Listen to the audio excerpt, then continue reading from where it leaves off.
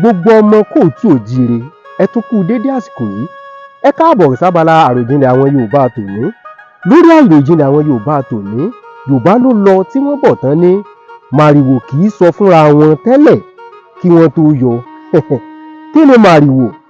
Kí ló dé tí wọn ò sì sọ fúnra wọn tẹ́lẹ̀ kan tó yọ? Òun náà ni màrìwò jẹ́ àwọn igi tó wà lára ọ̀pẹ. Ibi ọ̀pẹ náà ti ń rí màrìwò. Wọn ò wá ní sọ fúnra wọn tẹ́lẹ̀ kan tó yọ.